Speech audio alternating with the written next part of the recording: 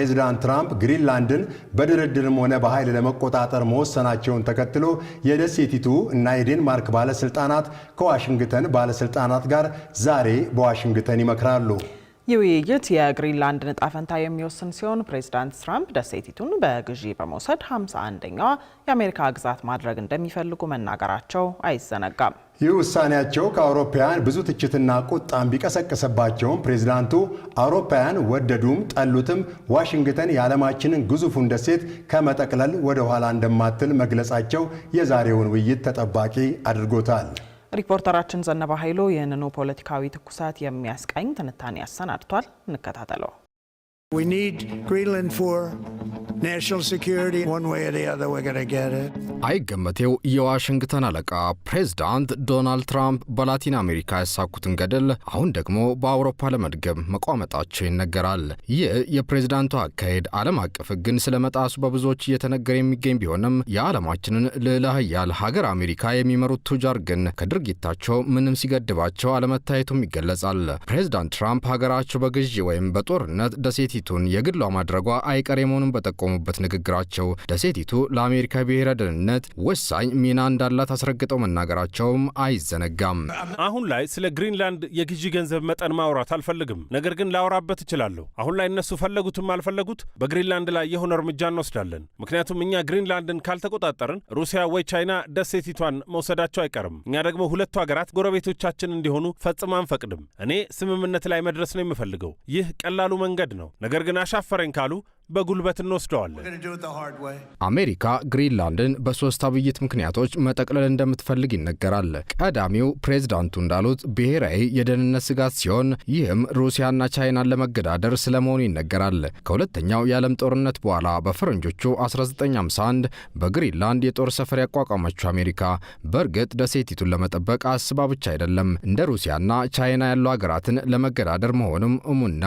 ታዲያ አሜሪካ በርካታ ጊዜ ደሴቷን ለመግዛት ጠይቃ በዴንማርክ እምቢታ እስካሁን ከፊል ራስ ገዞና በዴንማርክ ስር የምትተዳደረው ግሪንላንድ ዛሬ ላይ ፕሬዝዳንት ትራምፕ በሯን ደጋግሞ ማንኳኳታቸው እረፍት ነስቷታል። ይህ በእንዲህ እንዳለ በሰሜን ንፍቀ ክበብ የሚገኘው የአርክቲክ ግግር በረዶ እየቀለጠ መምጣት ደግሞ አዳዲስ የባህር ንግድ መስመሮችን እየፈጠረ መሆኑን ተከትሎ ፕሬዝዳንት ትራምፕ ሀገራቸው ይህንን የባህር መስመር እንድትቆጣጠር ይሻሉ። በሌላ በኩል ግሪንላንድ በጉያዋ በርካታ ማዕድናትንና ነዳጅን የያዘች መሆኑን ተከትሎ አይደለም የልዕለ ኃያሏን አሜሪካን ቀርቶ የማንንም ልብ ማማለሉ አይቀሬ ነው።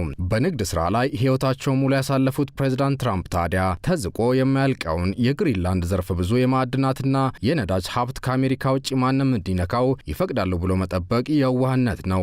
በእነዚህ ምክንያቶች ነው ፕሬዝዳንት ትራምፕ ባህር ተሻግረው የእርሳቸው ያልሆነን አንድ ግዙፍ ደሴት ወይ ሽጡልኝ ወይ እንደራደርና በሰላማዊ መንገድ አስረክቡኝ፣ ካልሆነ ግን በኃይል እንቆጣጠረዋለን እያሉ የሚገኙት። ታዲያ ይህንን የፕሬዝዳንቱን ዛቻ ተከትሎ የግሪንላንድና ዴንማርክ ባለስልጣናት ከአሜሪካው ምክትል ፕሬዝዳንት ጄዲ ቫንስ እና ውጭ ጉዳይ ሚኒስትሩ ማርኮ ሩቢዮ ጋር ለመምከር ዛሬ አሜሪካ ገብተዋል።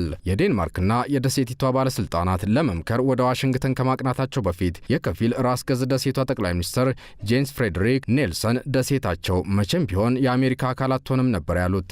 Now we are faced with a geopolitical crisis. አሁን ላይ የጂኦፖለቲካዊ ቀውስ ነው የተጋፈጥ ነው። ዛሬም ሆነ ነገ ከዴንማርክና ከአሜሪካ አንዱን ምረጡ ብንባል ምርጫችን የሚሆነው ዴንማርክ ነው። ዴንማርክ፣ ኔቶ እንዲሁም የአውሮፓ ህብረት ናቸው ምርጫዎቻችን። ነገር ግን ማንኛውም ሰው መገንዘብ ያለበት ግሪንላንድ የአሜሪካ መቼም አትሆንም፣ በአሜሪካም አትተዳደርም፣ የአሜሪካ ግዛትም አትሆንም። United States. Greenland will not be part of the United States. ይህንን የጠቅላይ ሚኒስትሩን ንግግር አስመልክቶ ከጋዜጠኞች ጥያቄ የቀረበላቸው ፕሬዝዳንት ትራምፕ ይህንን ሰው እስከነ መፈጠሩ እንደማያውቁት ጠቁመው ነገር ግን ትልቅ ችግር ውስጥ ስለመግባቱ ነበር የተናገሩት።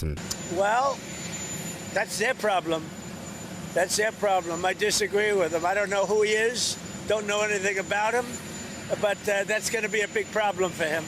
የዴንማርክ ጠቅላይ ሚኒስትር ሜት ፍሬድሪክሰን በበኩላቸው ከዛሬ ውይይት የአርክቲክ ቀጠናን በተሻለ መልኩ ለመጠበቅ ስምምነት ይደረሳል ብለው እንደሚጠብቁ ከመግለጽ ውጪ ስለ ግሪንላንድ ያሉት ነገር አልነበረም። ጠቅላይ ሚኒስትሯ ከዚህ በፊት በነበራቸው ንግግር አሜሪካ ጦር አዝምታ ግሪንላንድን በኃይል ከተቆጣጠረች ኔቶ የተባለው ወታደራዊ ጥምረት እንደሚያከትምለት መናገራቸው አይዘነጋም። በትላንትናው ዕለት ስለዚሁ የግሪንላንድ ጣፋንታ ተደጋጋሚ ጥያቄ ቀርበላቸው የኔቶ ዋና ጸሐፊ ማርክ ሩት ቃላት አጥሯቸው ተመልክተናል። Is there any single ally who would support the U.S. forcibly taking Greenland?